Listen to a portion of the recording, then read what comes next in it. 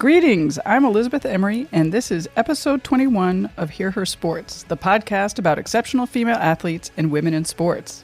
In this episode, Nichole Thompson tells me about her ACL surgery and rehab.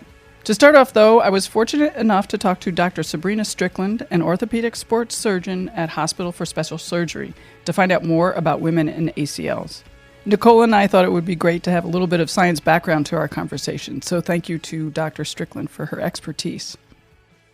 Okay, so basically, women have a higher risk of ACL injury than men, and it varies depending on sports. And so, for example, for skiing, it's about 2-to-1. Women are twice as likely to tear their ACL skiing as men. And then in sports that are higher risk, that involve more cutting, such as soccer or basketball, the rates go up to 6 to 8 times the rate.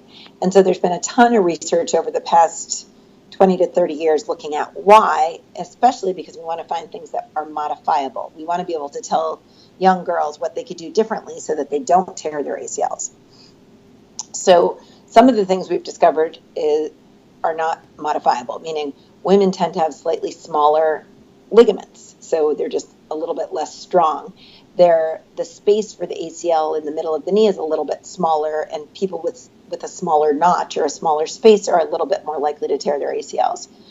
The way women are made, our hips are a little bit wider and our knees are a little bit more knock-kneed, put us at a slightly higher risk biomechanically than men. And then hormones have been really controversial because some studies have shown that in certain times during the menstrual cycle, women are a little bit more likely to tear their ACLs, and other studies have shown that there really isn't a hormonal influence. What would the hormones be doing? Well, for example, when we're pregnant, we have hormones that relax our body and relax our ligaments and make us a little bit more stretchy so that we can have a baby. And so some of those same types of hormones we naturally have in our body, and the levels go up and down depending on the menstrual cycle. And so, for example, certain hormones may make us a little bit more likely to stretch a little. And if we stretch a little bit too much, then there could be too much force on the ligament and the ligament can tear. So they looked at whether or not athletes should be on birth control pills because that makes it a more steady state of hormones. And there really isn't any consensus. And certainly we want something that's a little bit more obvious or a little bit easier to modify. And what really that's come down to is that when you watch a video of a girl or a woman landing from a jump, for example, like jumping up to shoot a basketball, our form or the way girls and women naturally do it is a little riskier than boys. And so that's something that can be taught. So there has been a lot of programs, both with soccer, mostly with soccer, to try to teach athletes how to move a little bit differently and to train certain muscles to potentially react a little bit quicker to reduce injury rates. And there's some pretty decent data that the injury rates can be reduced, but you have to stay on that program. And most coaches and most athletes don't do that as a part of their regular training. So you said that this is the way, there's a difference in the way that men and women or girls and boys naturally land. So is that like naturally from like the super young age, so it really is natural, or is it a chance that there's something in the way that girls and boys learn how to land? No, well, that's a good question, but I think it's basically in our sort of neuromotor response. Like the muscle that fires first in certain situations in a boy would be their hamstrings, which sort of it preserves or takes some of the stress off the ACL. In girls, it's their quads, and which puts, if anything, a little more stress on the ACL. So it's girls land more in a more stiff-legged or rigid position. And if you watch boys, they tend to land more like a spring, which naturally absorbs some of that force or some of that shock. And it's not because girls, when they're 3, are taught to do things differently. It's just a matter of sort of how evolution evolved. And I don't know why that would make sense, but the hormones make sense. The jumping doesn't really make a lot of sense, but it's definitely a fact. That's really curious. So what are the things that you can modify to teach people to fire their hamstrings first? Well, you can practice jumping and landing in the right way, and that can sort of train your body to do it more naturally. You can work more on your core and glute strength so that when you're going after a ball and you're cutting side to side, that your glutes are firing more, and because they're stronger, and that reduces sort of the knock-knee position of the knee and takes some of the stress off the ACL. So there's a number of different programs that coaches can look at and players can look at and incorporate pretty simple stuff into their exercise regimen to reduce that risk. And you said that this is something that you have to do part of your regular regimen. You can't sort of learn it and then say, okay, I've learned exactly. it. Okay. No, exactly. They've done it with, for example, there was a Norwegian, the national handball teams did this intervention, demonstrated that the risks were lower. And then the next year they figured everyone had learned it. They stopped, and the risks went, the rates went right back up. Wow, that's interesting. So for your patients, what are you suggesting? I mean, let's figure that they've all torn their ACL already. So what are you suggesting in rehab to prevent them from doing it again? So first of all, if I see a patient under 25, I tell them the statistics. So their chance of re-tearing their ACL based on large studies is 25%, which is really high. That is high. And it's not that they're going to, it's not 25% in that knee. It's basically 12.5% in the knee that they just had reconstructed, and it's 12.5% in the contralateral or their other knee. And so, basically what I tell them is they really shouldn't get back to sports till they're 100% strong, number one. And number two, we want to make sure that the good leg is or has been rehabbed just as well. And at least where I work at the Hospital for Special Surgery, we have a program, we call it Quality Movement Assessment, where they come in and they're videotaped and really analyzed moving to make sure that they're strong enough and moving in the right ways. And if it's a two-part program, so you come in once and basically you fail. I mean, I've never had anybody pass on the first time. So you fail. And then you're told all these things you really have to work on. You go back to physical therapy, you go back to the gym, and then you come back a couple months later and hopefully you pass. And they hate that I call it pass and fail, but essentially that's what happens, because you're really trying to optimize how your strength program is and how you're moving to reduce the re-injury risk. And you're testing strength of, I assume, quads and hamstrings and glutes and hips and stuff? Yeah, but it's not just like, you can do something called isokinetic muscle testing, which looks at essentially the strength of the muscle. This is a lot more looking at how you're landing from a jump, how you're stepping down from an 8-inch step. I mean, things that actually relate directly to what you're going to do in sports. Right. So let's say somebody's listening to this and wants to go through this program. What can they do? So, for example, if you have a 13-year-old girl playing soccer who obviously has a pretty high risk of tearing their ACL, you could go to a place like my hospital, the Performance Center, and they can actually do this. You don't have to be injured to do this program. And they can look at how you're moving and they can suggest ways to get stronger. But also there's plenty of resources on the web. FIFA, the Soccer Association, FIFA, they have a program online where it basically shows exercises they recommend every soccer player do. Because I take care of plenty of men who tear their ACLs. And so everybody would benefit from doing the appropriate type of strengthening exercises. There's a number of other programs. There's one out of Santa Monica Sports Medicine, and where they have a pretty good online presence, as well as Tim Hewitt, who is a physical therapist in Ohio, who's really done a lot of research on ACL prevention. And so these particular institutions that I mentioned have just done a better job of putting things on the internet. We have a great institution. We just don't have a huge at-home web program for patients to follow. Well, thank you. Thank you very much. That's great. I really appreciate you talking to us. Absolutely. Anytime. So that was the science behind women and ACLs. Now we're going to meet Nichole Thompson. She is an award-winning human resources consultant for Ahold Delhaize USA, which operates over 800 supermarkets in the United States.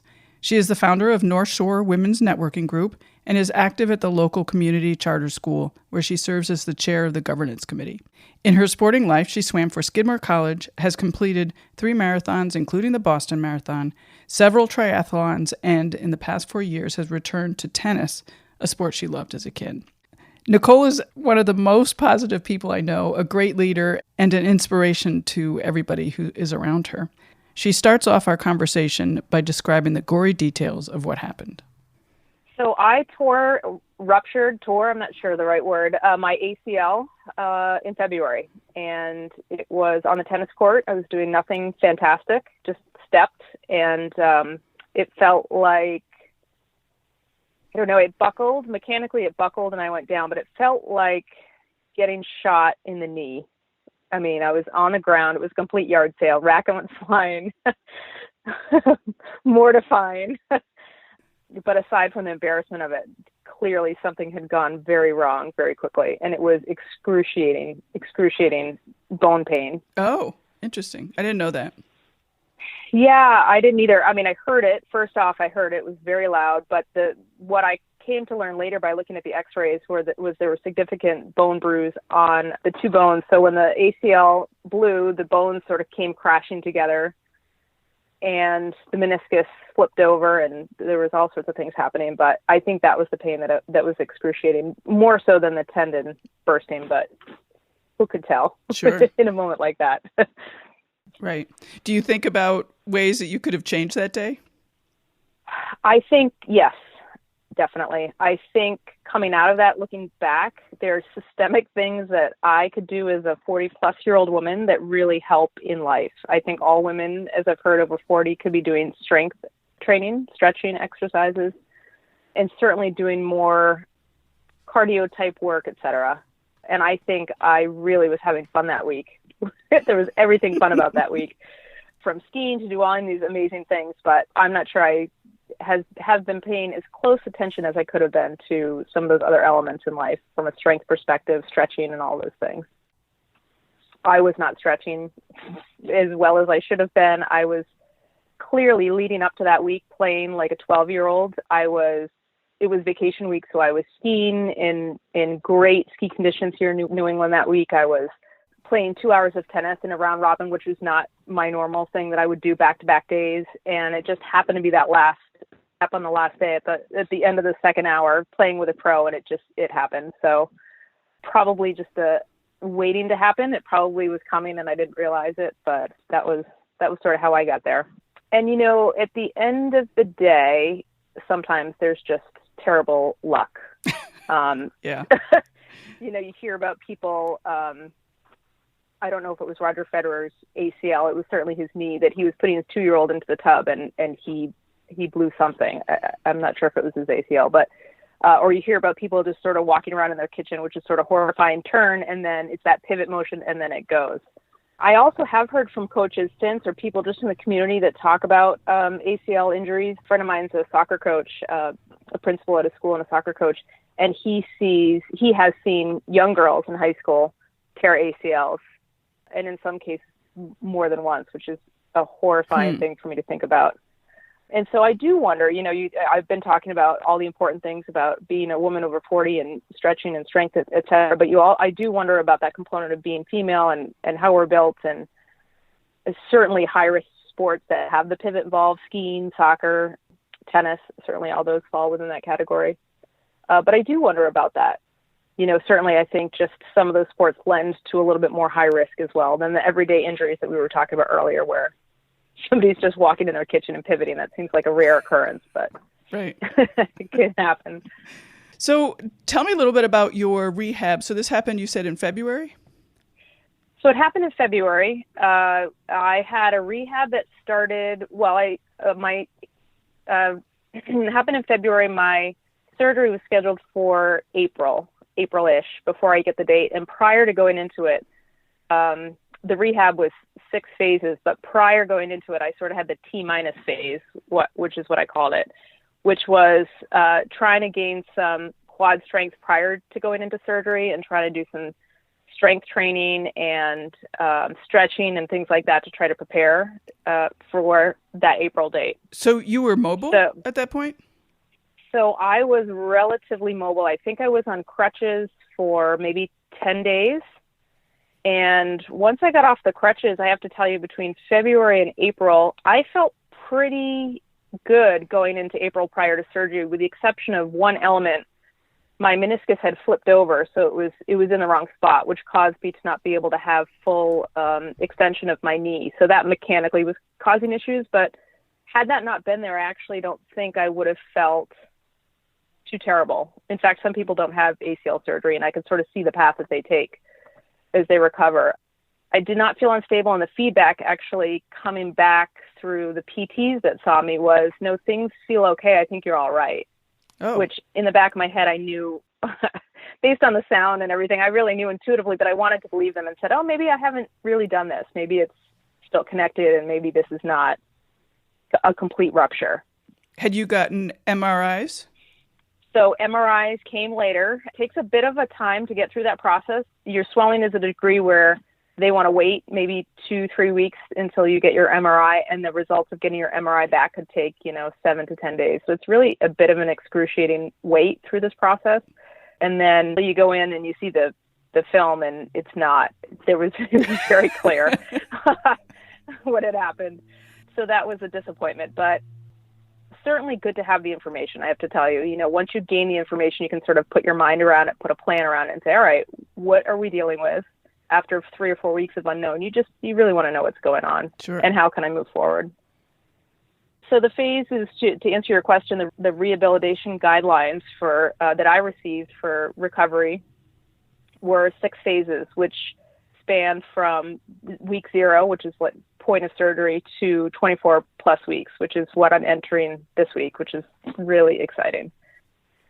It really becomes, for me, it was like a full-time job, and I have a job, but really sort of this element of planning for this event for me was extensive because I had so many things per phase that I was trying to figure out to make sure that I got through, whether it was that first week, which was very geared towards getting on the constant movement machine. I was doing that 10 hours a day for 10 days straight. What's the constant movement machine? Yeah. This constant movement machine and I became very close. It was in the bed with me for a good amount of nights. A constant movement machine is a device. You put your leg on it, and it ever so slowly moves your leg to a flexed position, and you can change the flex on the machine. So you could start off, for example, at 15 degrees, right, that you'd have your leg flexed at that degree, and then you would move it up each day. And I think the intent and the purpose of the machine is to make sure that everything continues to move, that your knee is moving, that you're not gaining blood clots post-surgery, but it also serves the purpose of trying to gain some range of motion back, which is really the first or the primary goal of that first phase. So 10 hours a day for 10 days. That's a lot of time. Is a lot of time. It is a lot of time.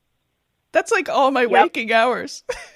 It is, which is how it ended up in bed with me some nights. And I have to tell you, it made me feel better. If I wasn't moving, it would become quite stiff and painful and swollen. But what I ended up doing is I have the flexibility because I work as a consultant I literally set up shop in my office, and there would be times where I would just do conference calls for 4 or 5 hours, and I would be on the constant movement machine, and it was just happening as I was living and working. But I have also heard, I think that from a protocol perspective, I think I happen to have a conservative protocol, aggressive and conservative in some senses, but I think it might be typical for some people going through that experience to get prescribed 2 to 4 hours a day. Oh. Or in some cases, I had a peer that went through this process with me at the same time, and she did not have it prescribed at all. That was not on her protocol. So I think it's definitely, it was a selective choice for this physician. But it sounded like it really helped you, or you think it helped you.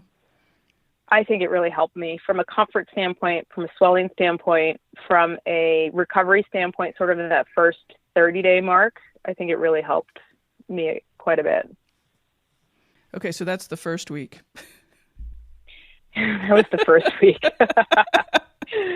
I have to tell you, I consider myself a self-proclaimed tough person. That first week was tough, if not tougher than me. It was challenging. Just from a pain perspective, was greater than I thought. From a somebody that is independent, that likes to help myself, it was difficult to ask for help. That wasn't intuitive. At 3 a.m. when I just, sort of the pain medication wears off or the ice wears off and you really need quickly that was difficult for me to feel a little bit isolated in that regard, that I couldn't, in fact, just help myself in that way. So I would say, and emotional, I'd say that first week was very emotional. And come Sunday, which was day 5, I had my first, I guess, and only, I would say, meltdown, where I just started getting emotional about the fact that I couldn't help myself, right? I couldn't even get up to get ice, per se. It would be like a 30-minute journey to the freezer.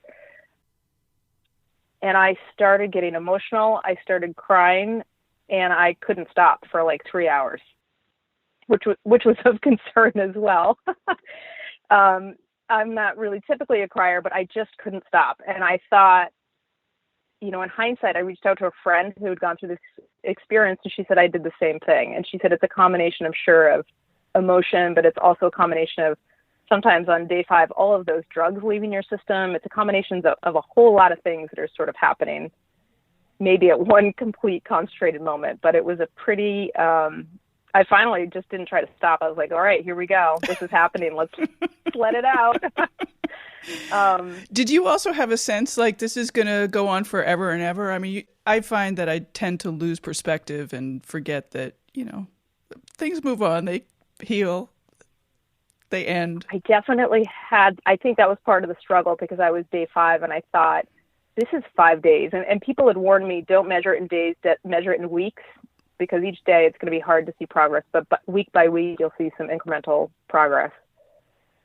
So I had a low moment, and then I don't know why I started taking on the pain of others for some reason. I had this moment that I thought, and I'm here in Boston, and I was thinking about the Boston Marathon and the bombing and people that were impacted by that event, and people that had come out injured or would not be able to come to a place where they could rehab and come back to the place that they had started. And I don't know why I went there, but I probably spent a good hour of that 3 thinking about that event and thinking about people going through that journey. And I internalized it that way as well for some reason, that I thought, man, I have an end goal here. I will recover if I work hard, and I will come out the same, if not stronger. But I don't know why, but it really impacted me for almost a third of that 3 hours that I struggled with that. And I really had a lot of compassion, and really, I can't imagine going through an experience and not knowing what the end game would be. It was tough. And have you kept those thoughts and feelings? I have. I think about them a lot. And I stop more now. I'm so much more aware. For example, on the 4th of July, I was walking around town, and I was certainly walking without crutches and a brace, and I was moving around a little bit, but still, it was one of those days. Actually, it was the week that I called myself Forrest Gump, because I started walking and I didn't want to stop. It was one of those weeks that I finally had the ability to move, and once I got started, I didn't want to stop, because it just felt so great. Emotionally, it felt great to move forward. And I ran into this woman. We were walking on the sidewalk, and I had seen her coming, and she had her arm in a sling, and she had a cane, and she wasn't moving very well. And I stopped her, and I started engaging her in conversation, and come to find out, she had just suffered from a stroke. She was probably mid-50s. Young person, and we just started talking. We started talking about the day. We started talking about the walk that we were on, and it was really one of these beautiful moments that I was so thankful that we stopped and found each other. And it's something that I think about now as I go through life, about people that are physically injured, but people that are just sort of working through a hard day, and how we move ourselves forward. And I asked her, I said, what are your goals? Tell me what you're looking forward to. And she said, well, I'm a bagpiper, and so my goal is to bagpipe again. And clearly, with my left arm in the sling, I need that to do that. And so we publicly sort of talked out loud about what each other's goals were. And I thought, gosh, what a great goal she's got to bagpipe. I've since seen her. I've driven past her and given a big honk and a wave in town. And I can't wait to see her again and stop and see how she's progressing. But that's nice. So have we progressed to week 2 yet? Oh my gosh, right? That was the theme of week 1. Have we progressed to week 2? Oh, I'll say that phase 1, which is 2 weeks, was definitely about recovering. I'd say phase 2, which is 4 weeks, which was great milestones coming back to make me feel like I was living again, and simple things being able to get out of the house, to be able to move, to be able to drive after 4 weeks was a big privilege to gain back. Yeah, that's huge. It was huge. Talk about independence. Right. Working definitely helped me just mentally work on projects and move forward in a different way other than physically. And then it continued working with a PT. I had a great PT that was working with me 2 and 3 times a week in town, and we were working on progressing to full range of motion. The bike, my first 3 or 4 times on the bike was sitting on the bike, rocking back and forth, not getting around. So being able to move that pedal all the way around, it's so funny to have these small goals and look at it now and say, oh my gosh, that was such a good day. And I had cheerleaders, I'd go to the gym and I'd have people that I would say were my peer group because they had been injured. In some cases, they could have been, a much older gentleman that had gone through hip replacement or knee replacement, but they would come by and cheer me on because they would see me and they'd say, you're going to get it. You're going to get it. Keep working at it. And, you start to run in these cycles with other people and you do start to share goals with each other. And it does become this nice common language that you can celebrate with each other. So, getting all the way around rotation on a bike, it seems like a minimal goal. It was everything to me. When I did that, that was the highlight of phase 2. Probably, other than driving, that was probably the highlight of phase 2. Yeah, it certainly was the first time I've been broken physically per se that I went through an experience like that I had to wait that long to become physical again. Right. In a way that And then, once I sort of got through that phase 1 and phase 2 and I went into the summer, which is 6-12 weeks out, things start to become so much more manageable because there's, you're moving forward, you're moving around, you're gaining all these things.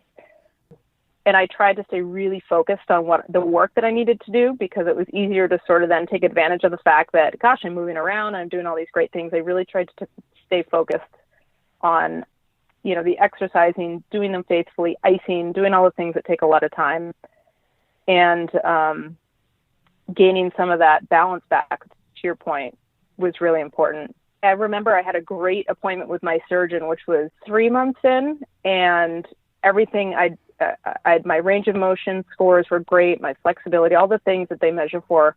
The ACL was strong. I remember being really, really happy with that appointment and being so proud and happy. And he said, congratulations, you're a quarter of the way through. And I thought, oh my God. And he wasn't wrong. They do say it takes a year, but that in itself is like, I feel like the 80% of the work you do is in that first quarter, sure. And the 20% is then extended over the last 3 quarters. But that was a perfect illustration of being like, all right, like, you're doing great. You've got some more time. Wow. So how much time were you spending during, like the first few phases on your rehab and recovery and everything that was associated with it? Yeah, I actually did the math on this because I was planning. So the first 2 weeks, it was 38 hours. It was 36 to 38 hours. And that includes ice and stretching. And that might have included the 10 hours of CPM. I have to remember if it did or not. But it was a full-time endeavor. And in fairness, I think it helped me. I also think the protocol that I was on, again, was pretty extensive. My surgeon, I had a great surgeon out of Mass General, Dr. Peter Asmus, and he's a surgeon for a lot of the sports teams in town, the Red Sox and the Patriots and the Bruins. And I think some of the protocol was common to some of the protocol of some of those professional athletes that were getting back at it, which I was super thrilled to have, right? So I thought, listen, if this is their full-time job, it's my full-time job too, and I can do this. But it was, for that first week, it was maybe 36, 38 hours. And then going into phase 2, it started to drop down, but still significant, 20, 24 hours at the end of the day. Right. Per week. That's a lot. And it's a lot. We didn't talk about how tired you were and how much you were resting. I'm sure that was part of it as well, right? Yeah, it's so interesting. As I started to be able to stand up without crutches and move forward, I definitely had some endurance issues. I would get tired standing. I'd try to go out to the sports field and stand for 30 minutes, and then I progressed to 40 minutes. But that was definitely something I had to work at and build my endurance and strength back up just to stand on 2 feet. And you are in your last week right now? So I'm in my last phase 6. So I'm entering the 6-month mark, which is great news. And the 6-month mark allows me to do all sorts of great things, which make me feel strong and make me feel happy, which include, speed and agility drills, sports training. Technically on paper, they say that you can get back to tennis, which is a very pivot-oriented sport, with a brace, which I've stepped onto the court to hit, but not done much more than that. I put it in my mind that I will not return to tennis until January 2018. But it's exciting because you can start to do, really get back to full range of motion in all the activities with a sports brace that you used to do, but in a way that's very thoughtful. And, you have to be a little bit careful about it. I certainly won't be skiing this season. Right. Right. So now it's just time and enjoying sort of building back up and enjoying the comeback, if you will, which is fun. Yeah. What are you going to do for the comeback, and how are you worried about tearing it again? That's a great question. I'm horrified at the thought of tearing it again. I don't know if I could have the strength to go through it again, which is ridiculous because I would, and it's been successful, but it's a horrifying thought to me. But it's something that I will think about. I will think about as I step back out onto the court or do other things. I continue to have that repeat of the violence of the moment. It was so fast, so dramatic, so violent, so jarring that I have that play in my head sometimes, loops in my head.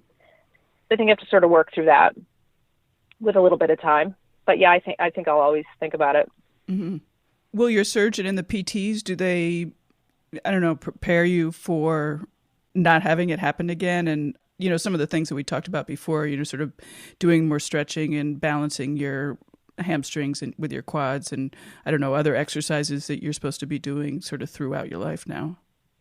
Yeah, I'd say the protocol and the focus has been getting me back to where I am now, to this final stage. I think from here on, I need to,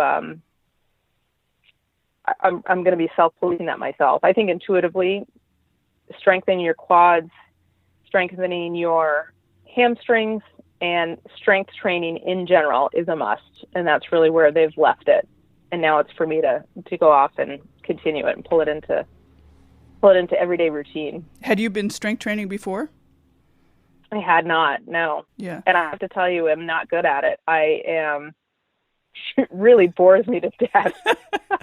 I love strength training because, Tell me. Week 1, you pick up 1 pound and it's heavy, and, week 10, you're picking up 50 and it's easy. I just, being able to see those really concrete results is very gratifying. Yeah, I think there's so many things that are good for me about strength training, which is why I need to do it from not just a strength and preventative for injury, but, just as a non-patient person. I think that's one of the elements that really I struggle with. And I don't know why that's different. I don't know why an hour of strength training is different than going out and running for an hour. I think it's it's the same. So it will be part of my life. It is now, and it's got to be built in. Right. I read you should strength train the same percentage as your age. So if you're 40, you should be strength training 40% of the time of your athletic activities. That's 40. Yeah, I'm 44. That's a good percent. That's a good percent of my time, Elizabeth. I know. I think I need to make some adjustments. Yeah, I think that's a good statistic to know. Yeah. Even if you just sort of have it in mind and don't, have it as a long distance goal. Right. Have you changed, or have you thought about, who you are and who you are going forward having had this injury? Has this changed your sense of self? That's such a great question. I think all the things that I took into the injury and the recovery plan were very much attributes of my sense of self, right? Strategy, planning, being positive, moving forward, grit, all of those things. I would say it is an extremely humbling experience to go through and feel like you've lost independence, or some of those things that I felt along the way in the journey certainly were humbling. And I definitely learned a lot about my capability as an individual and how much independence means to me, and strength and my physical self. And so I think coming out of it, I would say that it has changed me in regard to just my awareness and my gratitude. I try to be so thankful every day when I wake up and say, okay, you've got this day ahead of you. What are you going to do with it? How are you going to spend this day ahead of you? And I would definitely say I ask that question almost every day since, and I think I ask it a lot more than I used to.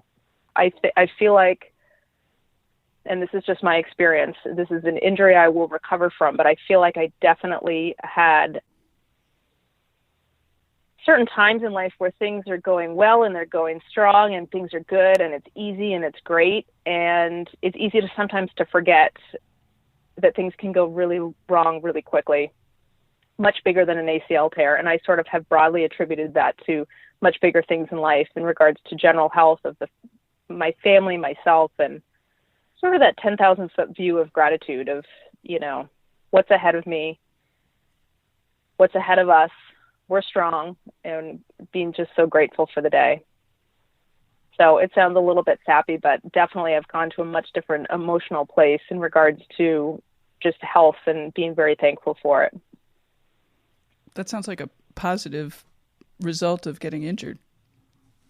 I was really determined. It happened. I was also really determined to come out with a positive result from being injured. It was almost the only way I could stomach the injury.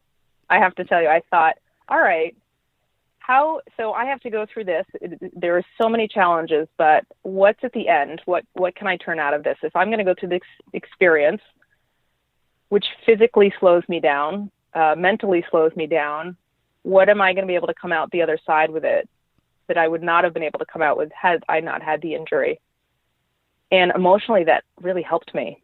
It helped me to brand it as a comeback. It helped me to brand it as a challenge, and it helped me to brand it as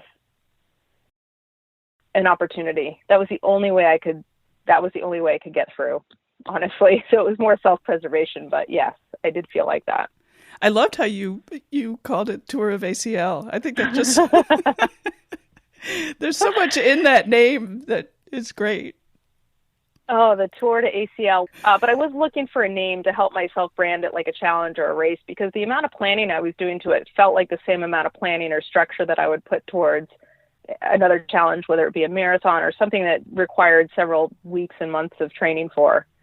And I wanted it to be fun, and I wanted it to be cheeky and make me smile, and have something that I could say, hey, this is where I am in my journey, and people could give a name to it. And I liked it. It made me smile, so it served the purpose, and it still does. Have your family and your friends been affected by your injury and how you've approached it? My immediate family, for sure. My husband specifically.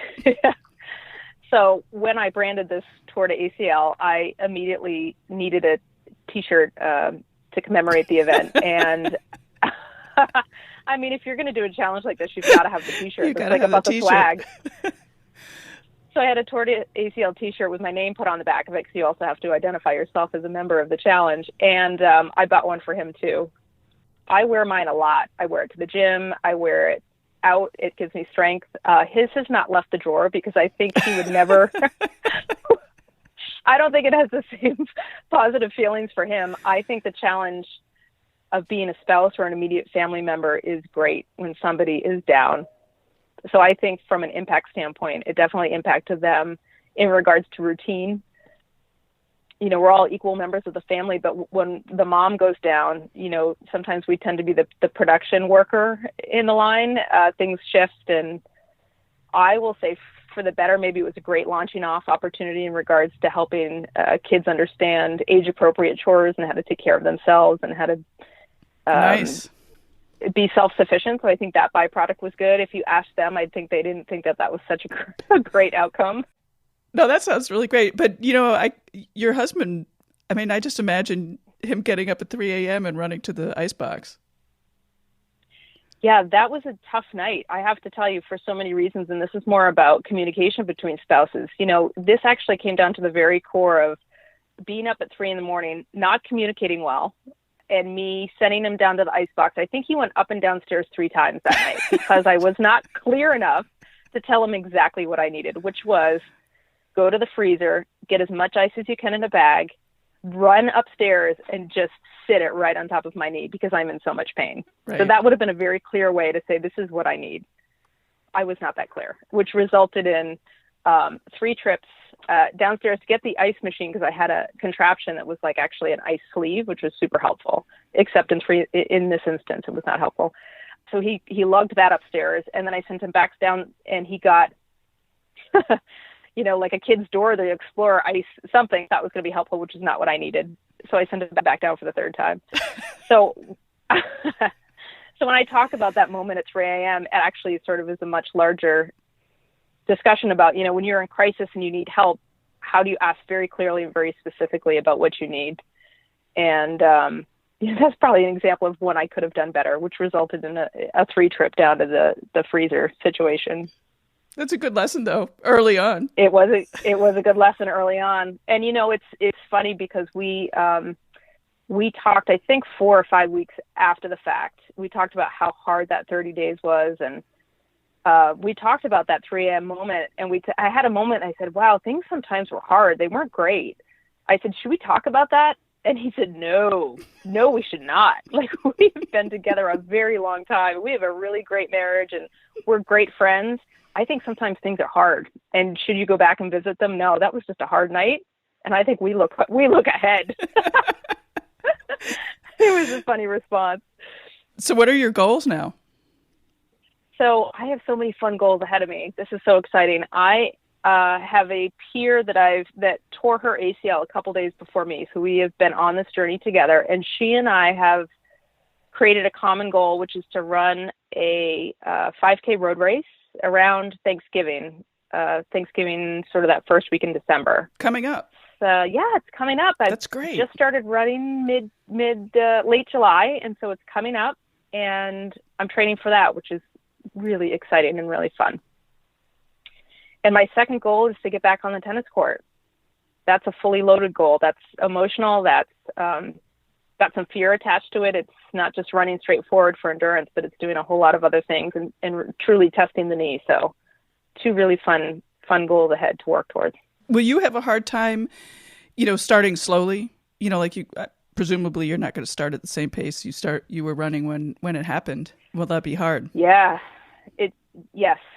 From a running perspective, again, I'm just trying to start where I am. That's been my motto: start where you are. And when my training partner and I, Amy, started where we were that day, we started walking around the track with our braces on, and it took us 28 minutes to go 1 mile, which was fast for us. We were hauling, and we were really fast. It was 28 minutes.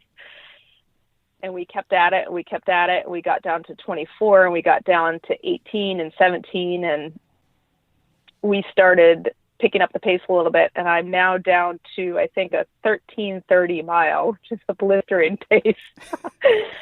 But for me too, it's a little bit about endurance and being able to go a mile and a half, which is sort of where I am now, without stopping, without integrating it with walking. So yes, it's slower. I can't look back. I've never been a fast person. I've never been winning races by any means. I've never been considered fast.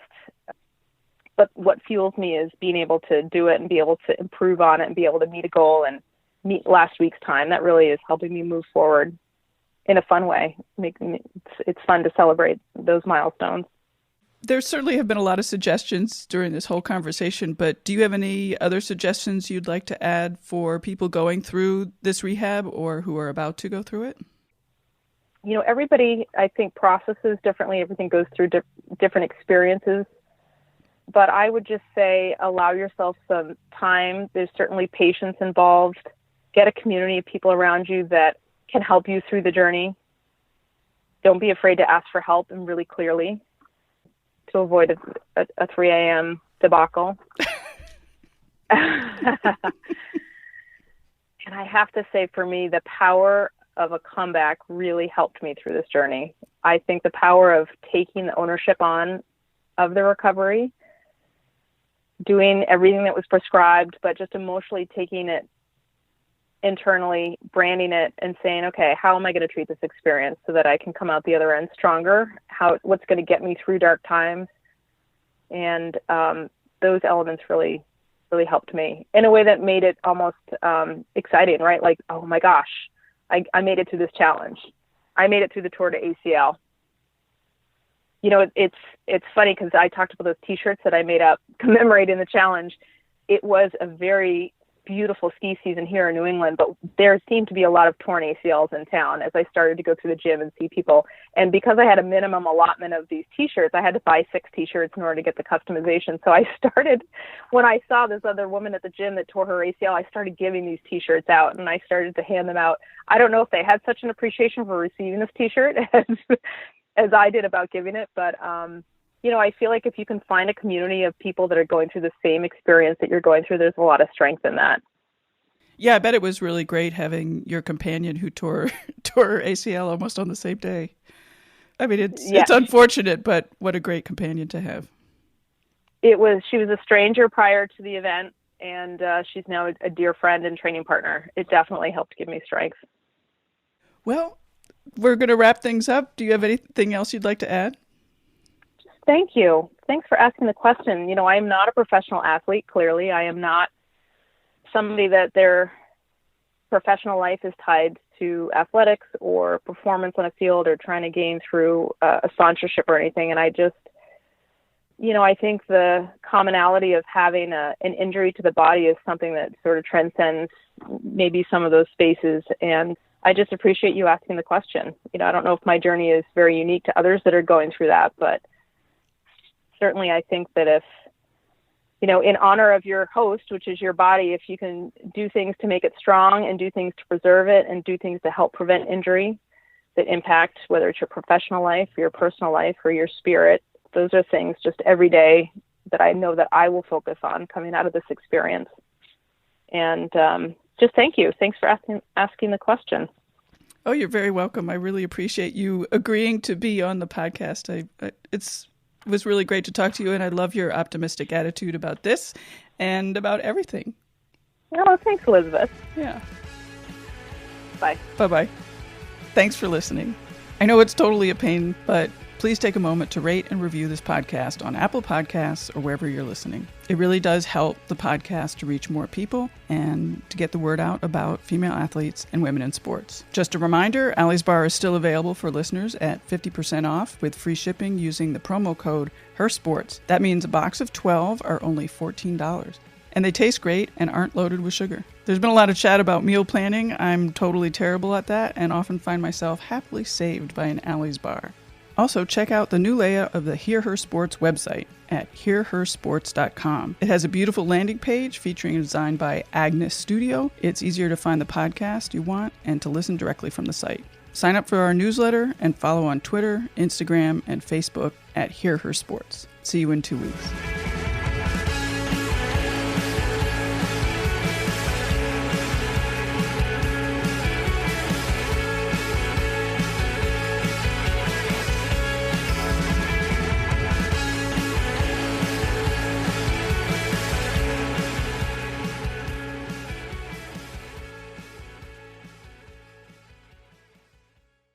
Women's Running Stories, where we explore the intersection between running and life.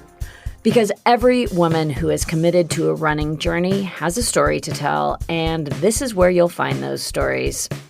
I am host and producer Cherie Louise Turner. I'm a 53-year-old runner, and together with original music by musician and runner Cormac O'Regan, we bring these inspirational stories to life. Please join us to fuel your adventures.